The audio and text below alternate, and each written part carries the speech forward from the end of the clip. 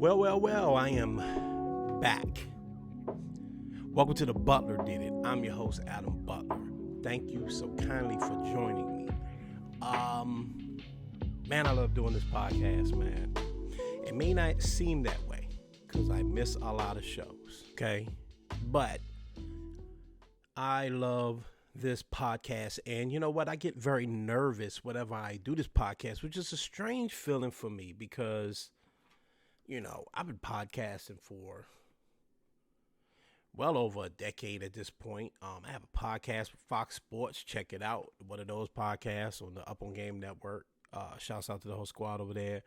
I don't get nervous when I do that show. I don't get nervous when I do live shows. Definitely didn't get nervous when I was doing the MSR show, when I'm a guest on anyone's podcast. But I do get nervous with this one because this show, I always had like a kind of back and forth with it. You all, anybody that's still sticking with me through this journey understands that I've had different iterations of this show. I've stopped, I've started, I've stopped, I've started. I've stopped trying to worry about monetizing this one for right now. This one's very personal. This is the most personal thing I've ever done. It's my namesake. You know, we've invested in this brand as a family. It's me on my own, you know, and it's important to me because it is about Black men's mental health. Though we talk about all sorts of things, it took me a while to really get settled on what I want the theme of this show to be. But when it comes down to it, it's about that, and really it's about me and my mental health. How many people care about that? I don't know. Got to stop caring about it.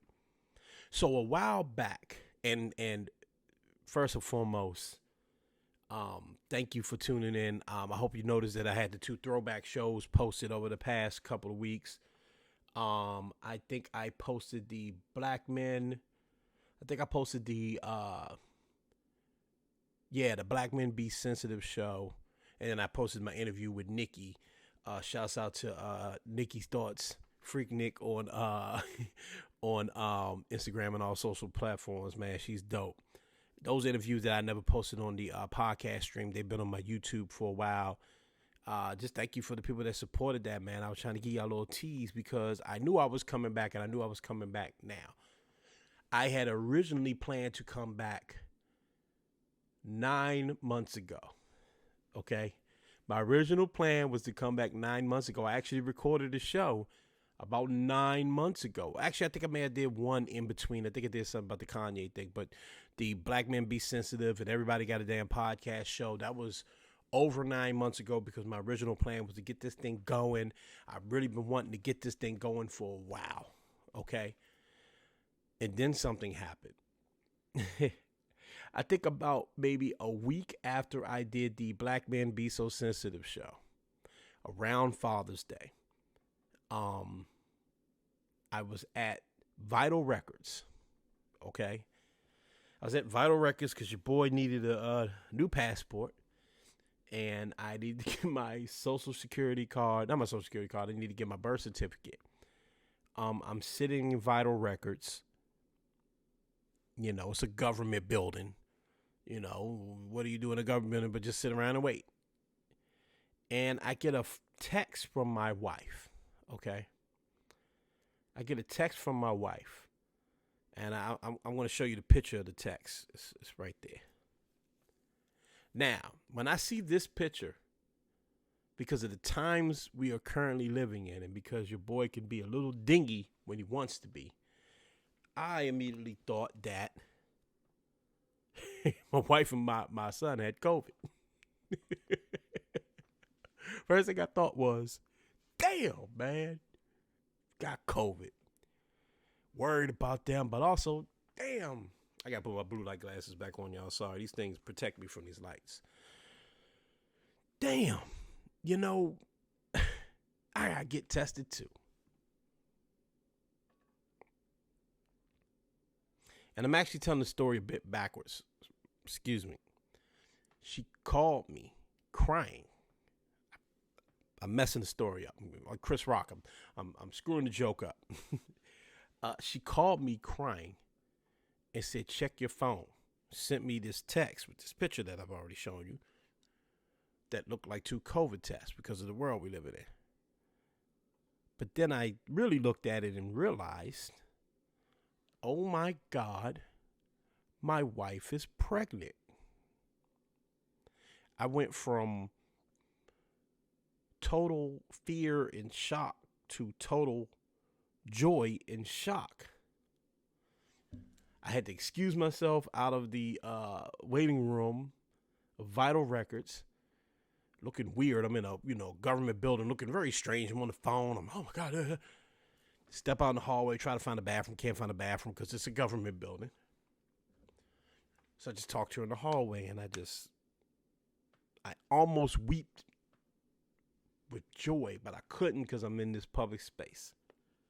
So I walk back in, and the first person I tell about our pregnancy was the security guard. And I go to the security guard and I say, bro, I'm going to be a father. And dude goes, oh, okay.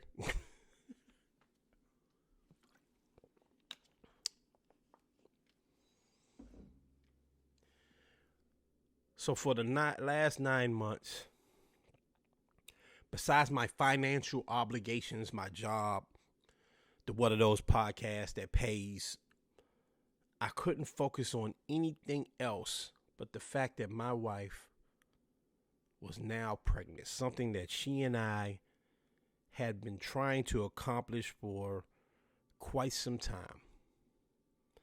Something that was very emotional for us. Something that had me worried in ways I'd never been worried before. Something that had me questioning all sorts of stuff, time after time coming up short in regards to being able to give my wife and myself this thing that we wanted so badly, which was to bring another child into our family. Now, for those of you that don't know, I do have a son. In fact, you all heard the last show I posted was the Black Men Be Sensitive show. Actually, it's the first show I posted. Sorry if I'm out of order. Whatever. One of the throwback shows I posted was the Black Men Be Sensitive show. Y'all know I have a boy, but he is not my biological son. His father's in his life. His father's a good dude. But he is in my care. And I'd gotten settled with the fact that maybe that's how God was going to bless me with a child, which is, with this beautiful boy that is great and wonderful, funny, energetic, athletic, cool kid, that I have been tasked with the responsibility of helping shape into a man. And I was starting to become cool with that. But I'd be lying if I said that I didn't want something not of my own, but, something that I created. Something that I could see from the beginning. All those experiences that many of you have experienced, childbirth and all of the adventures of those 9 months, which I'm going to get to in a few, and all of that. It was something I thought I'd miss out on. I'm 41. I just turned 41 in January. I was 40, 39, 38. Not old man, some of y'all could laugh at this. I appreciate it. But I felt like, perhaps I missed that calling. A lot of my friends have kids in college now. 15-year-old kids, 16, kids that are, some of my friends are on their second, third child,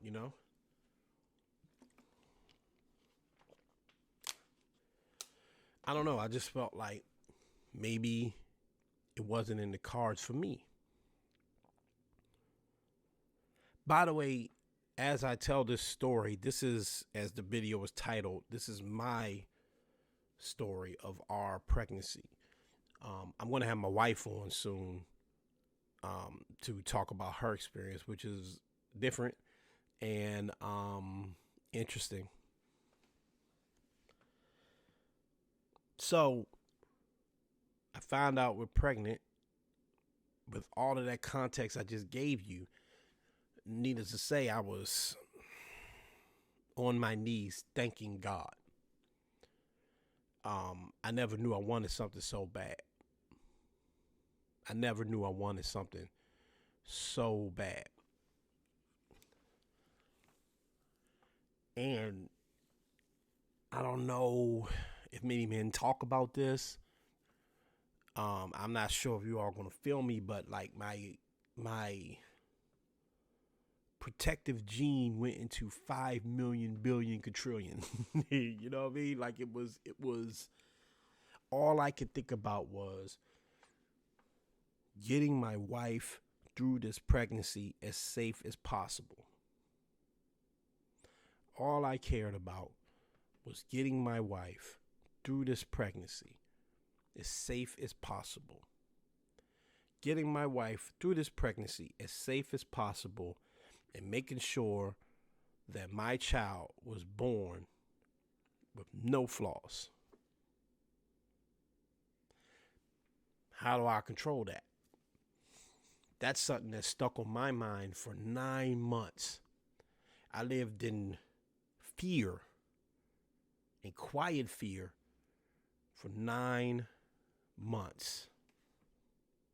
Every little scare, every little cramp she would have, every little issue. It took everything in me not to constantly ask her if she was okay, not to hover over her, not to constantly ask if the baby's moving. I felt crazy. But also I didn't want to be selfish because she's the one carrying the baby, not me. Shouts out to my man Dean. Shouts out to my man Derek. Shouts out to my boy Shannon. Shouts out to my boy Dame. Shouts out to my cousin Sean. Shouts out to my brother-in-law Mike.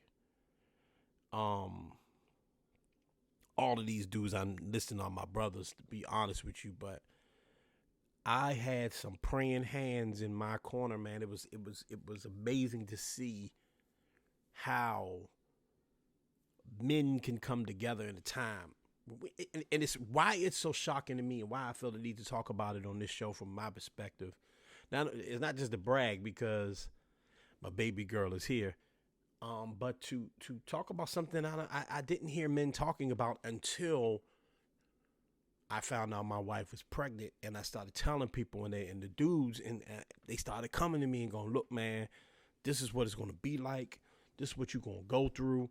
This is how you're going to feel. My dad was definitely involved in this. You know, this is how you're going to feel. You're going to feel, you're going to have all sorts of feelings. I ain't going to lie, there was times where I felt like, well, damn, I mean, the baby is mine too. We both having a baby. It's weird when you out and you at Lowe's or somewhere and somebody just randomly walks up to her and goes, congratulations, and looking right at her and got nothing to say to you, right? These weird selfish feelings like, well, yeah, I'm part of it too, but I get it because she's carrying the baby. How many people just expect you to not do anything? How many people just kind of expect you to just not show up? It's wild.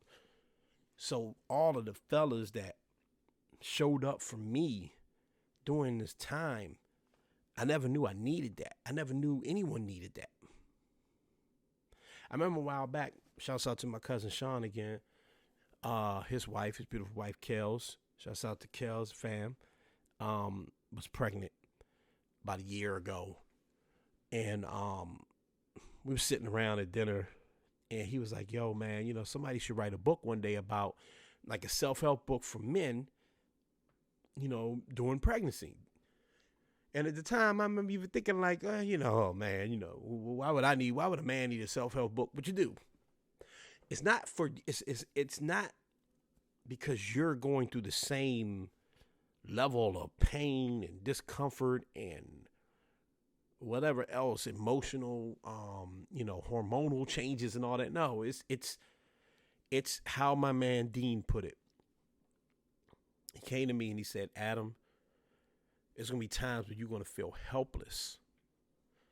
You're going to want to help her, and there's going to be no way that you can truly, really help. I'll be sitting next to my wife, and again, this is her story to tell, so I won't get too far into what my wife went through. This is her story to tell, and she is thankfully she's agreed to come on the show and talk about it. So we're going to work that one out. But I'd be sitting next to my wife at times and just watching her just squirm in pain, like just sitting. She couldn't get comfortable. I see the baby's, like arm just like, it was wild. Fellas, you've been through it. Women, you definitely know what I'm talking about.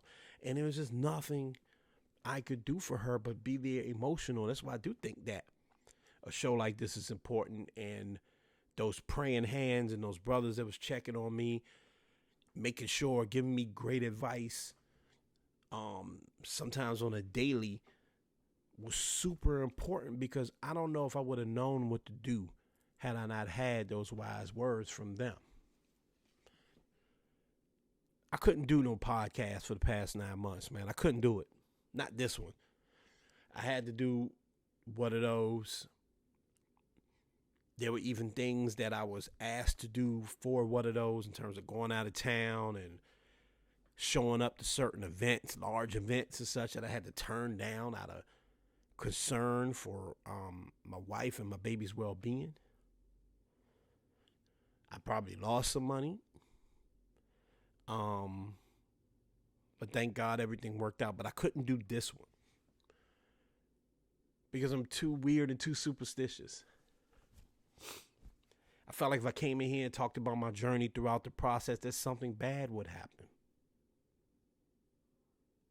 I felt like that. I felt like if I came on here and talked about that process, something bad was happening. I never knew that I could care about a group of people so much.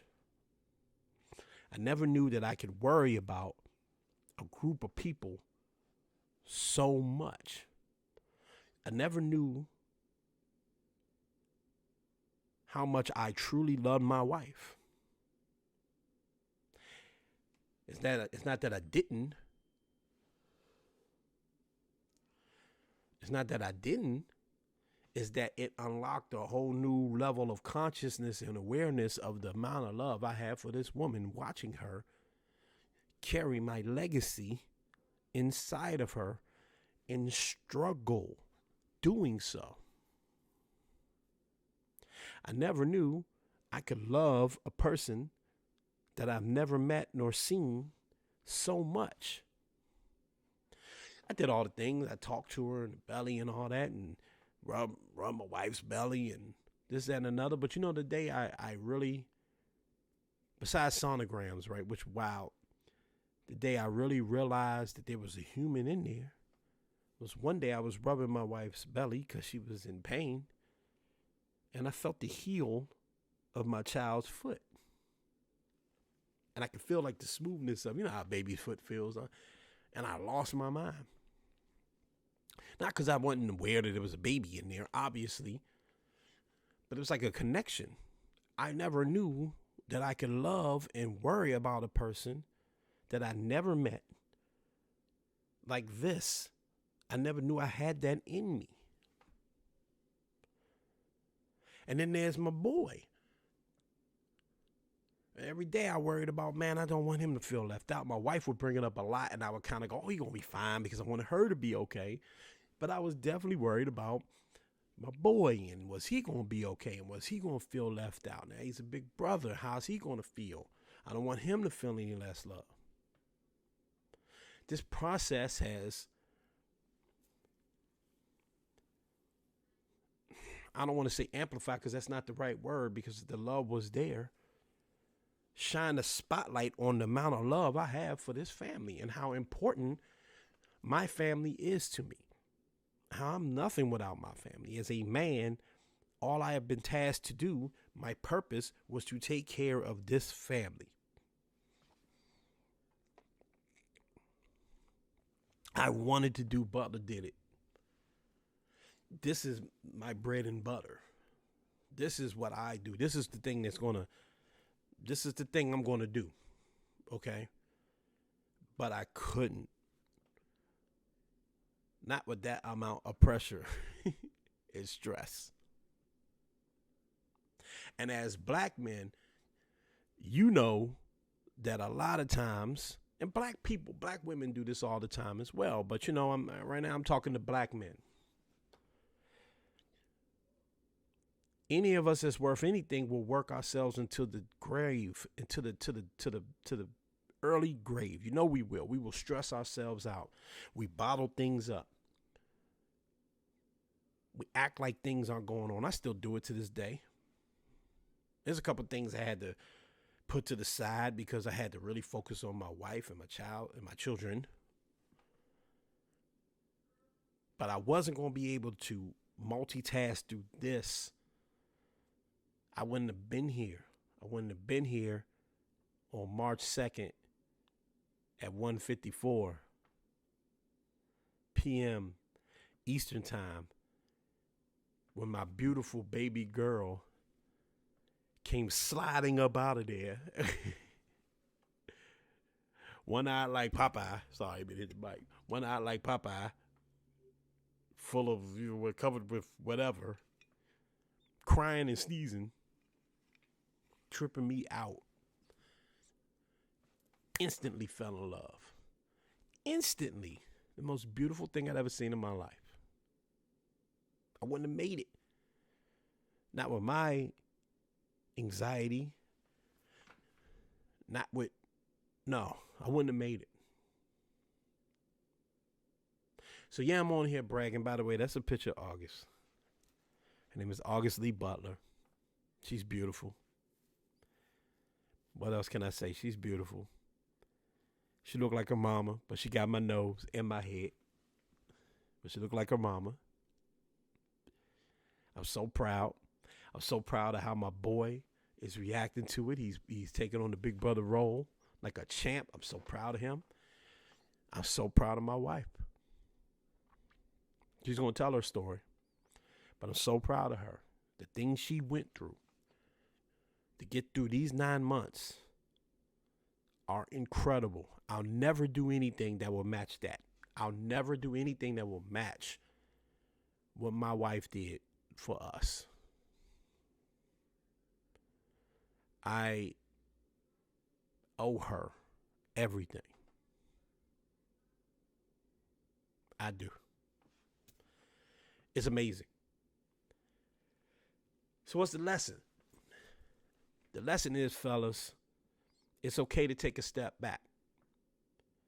You know, my guy Jabari, good man, father too, he said to me, you know what, Adam, when he found out, you know, we told him about our pregnancy, he said, you know what, Adam, 2023 is going to be your best financial year you've had in a long time.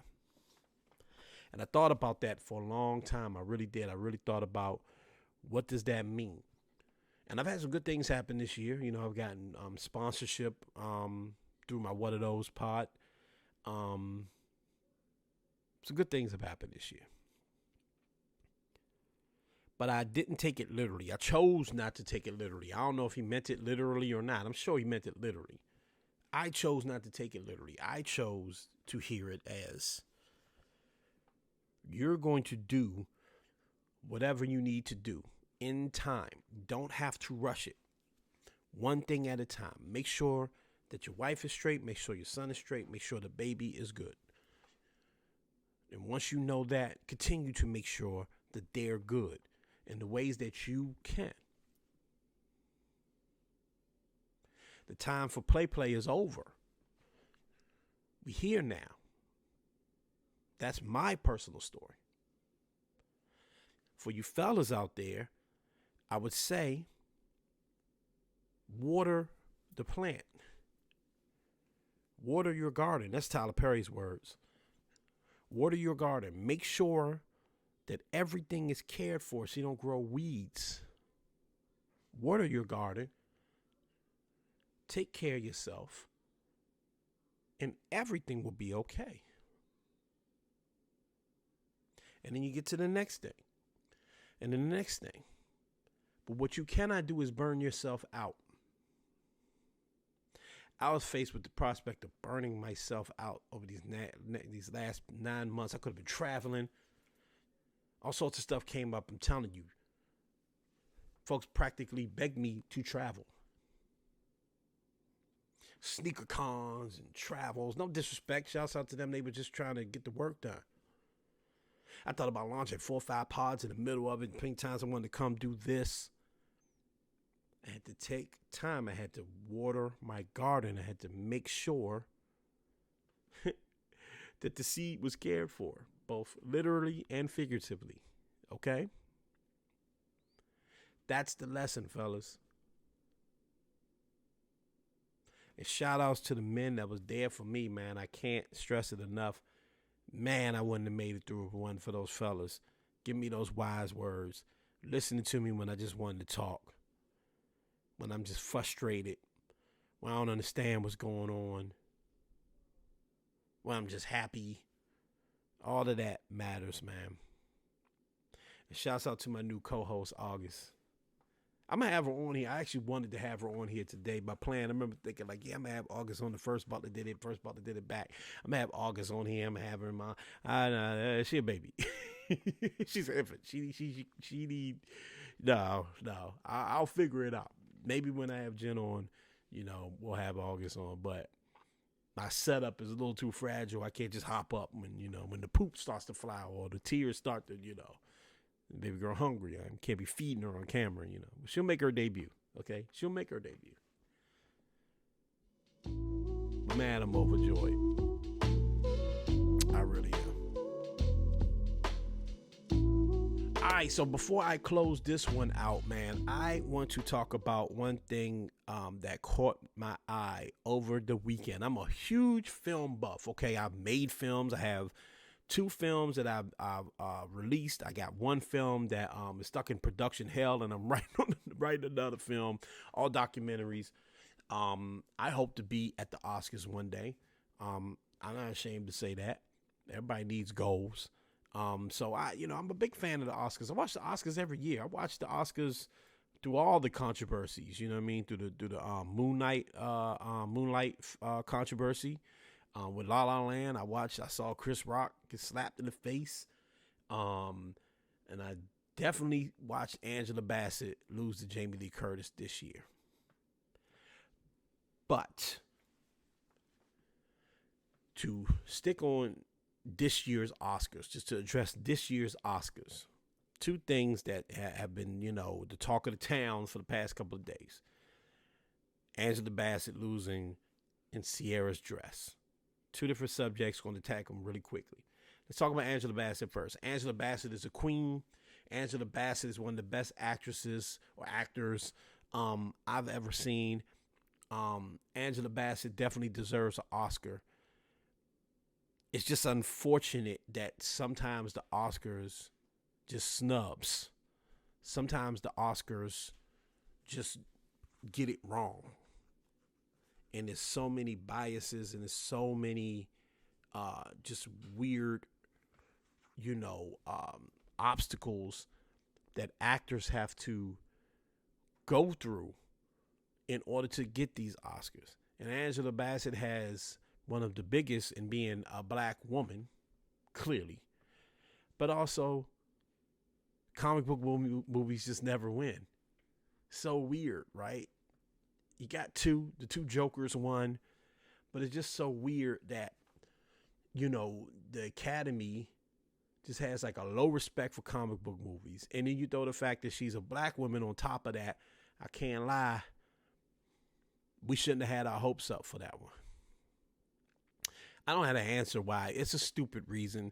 Sometimes the Academy can be archaic. It could be very much into old fashioned this and that.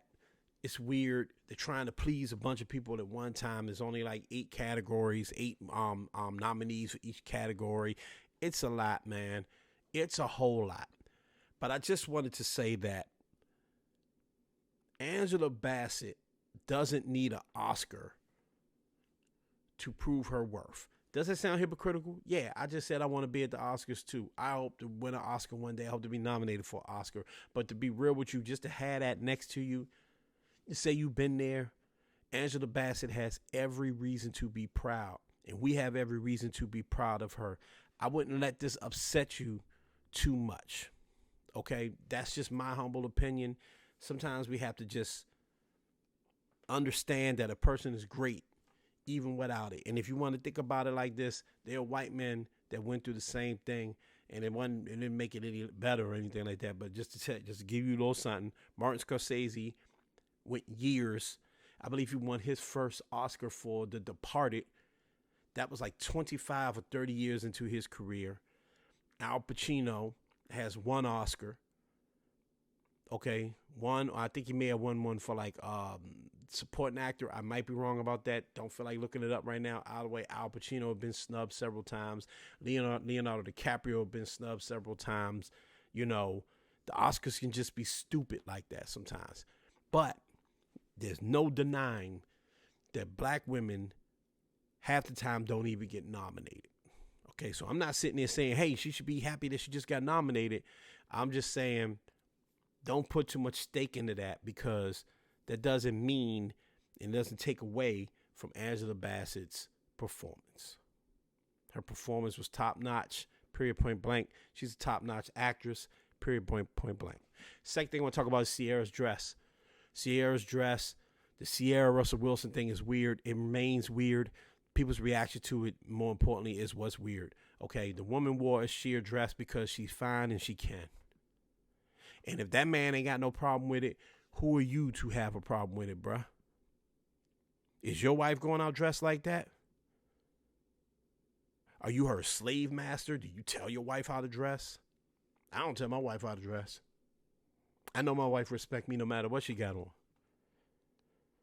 I know my wife beautiful, so if people want to look at her, then look. Whatever. You looking at Ciara, just be man enough to admit that you looking at her. And her little dress made your little pants tingle right quick. It's all good. You got blood flowing through your veins, you straight. You can have any opinion you want of Russell Wilson, the football player. Hey, he sucked this year. Okay? I feel bad for Denver. My boy Dame is a big Denver fan. When he went to Denver, I remember thinking, damn, Russell Wilson, man, your team about to go straight to the Super Bowl. Didn't turn out that way. It's okay to be mad at him as a football player. It's okay to say, hey, I like or don't like Ciara's music. But all this opinion on their relationship and their marriage and all this stuff is bizarre to me. They don't seem like nothing but a happy couple from my estimation, from my opinion, my point of view. So why are you worried about them? That's all I got to say about that. Sometimes you just got to be able to watch something without creating a controversy. There's no controversy there, okay? There's no controversy there. It's stupid. Get off of it. Grow up. All right?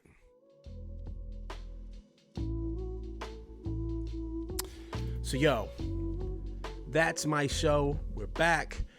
Follow me on all social platforms, MSR_Adam, MSR_Adam. You can hit my link tree and find my TikTok. Okay, listen, man, we're working now, man. The time for play is over. And thank you for taking out the time to listen to my story and to listen to my thoughts on what's been going on for the past 9 months. Thank you so much for being patient. Even if it's just two of y'all, I understand when you take a long time off of anything, you're going to lose support, you're going to lose viewers and all that. So, we'll see how this one does, but I'm here, man. I'm here, and I appreciate you for being here, and I love you for that, all right? Thank you so much. Remember to mind your mental health. Please mind your mental health, guys. Mind your mental health, all right? And always continue to be great. I'm up out of here. Peace.